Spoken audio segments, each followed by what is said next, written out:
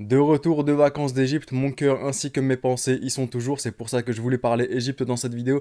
N'hésitez pas tout d'abord à me dire où est-ce que vous êtes allé en vacances, ou bien où est-ce que vous irez en vacances, je suis très curieux de le savoir. Cette vidéo, je m'inspire de mon frérot et de mon ami Idriss, amour du maillot pour la faire, top 5 des maillots de l'Égypte, il avait fait top 5 des maillots de la France.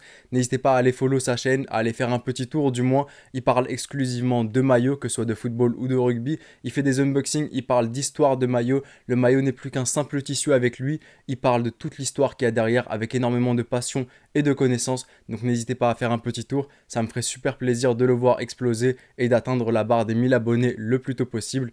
Et on commence de suite avec la vidéo top 5 des maillots de l'Égypte. C'est mon avis, c'est subjectif. N'hésitez pas à me donner le vôtre dans l'espace commentaire. C'est parti. En cinquième position, je place la collection de 1990 parce que d'une part les couleurs, le rouge ainsi que le vert, nos couleurs de base de l'Égypte. Si aujourd'hui on faisait un maillot rouge et un maillot vert, on pourrait penser qu'on recopie le Maroc alors que de base, depuis les années 1920 jusque 2003-2004, le rouge et le vert étaient les couleurs initiales et de base de l'Égypte. C'est pour ça qu'aujourd'hui j'aimerais peut-être un maillot vert pour fêter nos 120 ans. J'aurais aimé voir cela, mais ça n'a pas été le cas. Mais pour revenir à la collection de 1990, déjà le trèfle Adidas, je l'adore. Le logo avec notre drapeau est marqué Égypte. Ça remplit les critères pour moi d'un maillot rétro. J'adore les maillots avec un col un peu en V qui descend pas trop, qui est un peu haut. C'est le cas de ce maillot-là. Le tissu, je le trouve très très agréable.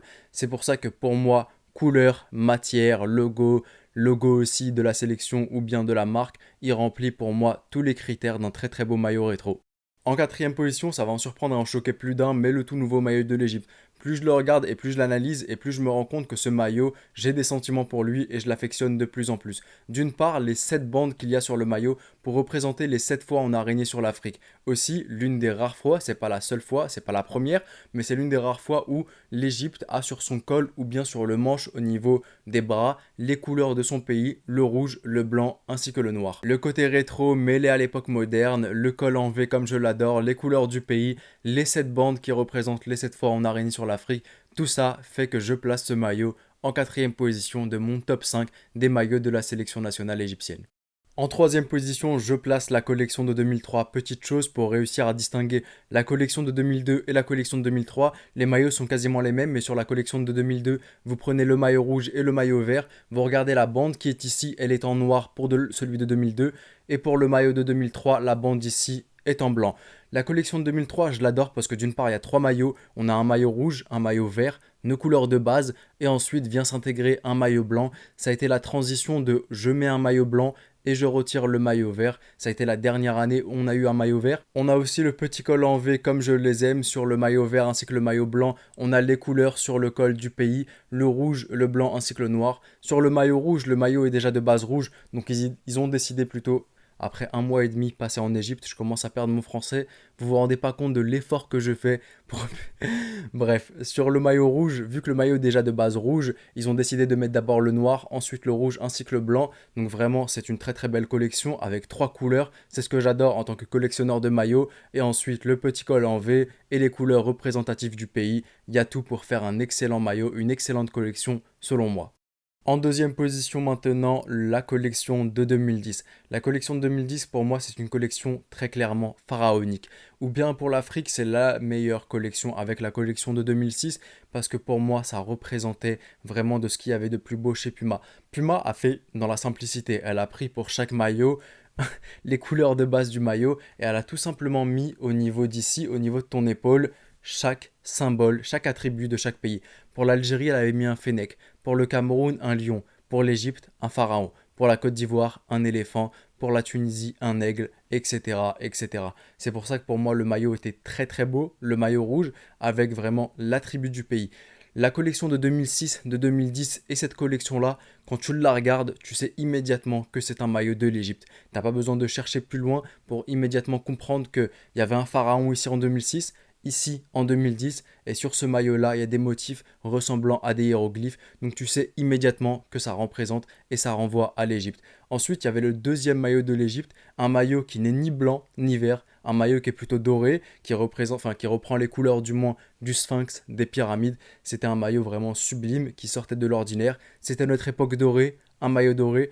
On ne l'a jamais porté, l'équipe A ne l'a jamais porté. C'est plutôt l'équipe olympique qui l'a porté. On a des photos de Ahmed Hegazi, Mohamed Salah, Mohamed Enneni qui le portait. J'aurais aimé le voir avec l'équipe A. C'est un maillot que je vais essayer de me dénicher un jour si j'arrive à le trouver.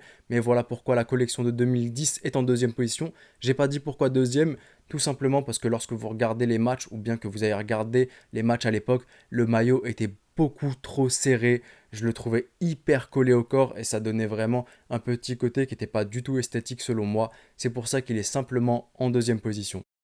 Quelques petites mentions honorables, le maillot de 1998 de Venezia, le maillot rouge ainsi que le maillot vert, de très très beaux maillots rétro et je les adore. Et en plus, j'avais pas vécu cette époque-là, j'étais pas encore né, mais vraiment de ce que je vois des matchs là, vraiment il me parle énormément. La finale avec le maillot vert, le but d'Ahmad Hassan en dehors de la surface.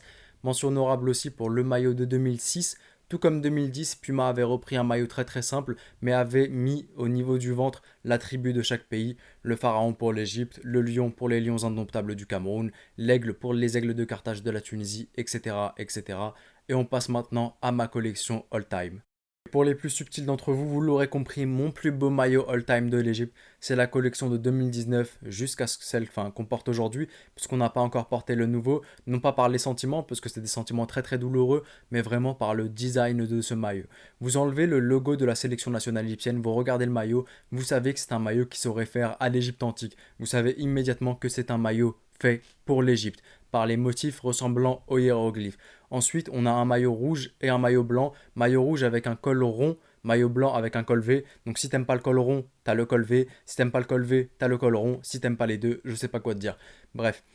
Ensuite, on a les petites couleurs au niveau, la couleur rouge qui vient casser le blanc ici sur le maillot blanc. On a les couleurs noires qu'on retrouve aussi sur le drapeau égyptien pour le maillot rouge. C'est vraiment pour moi ce qui se fait de plus beau. Ce que je reprochais à 2010, c'était aussi le fait que le maillot soit beaucoup trop serré.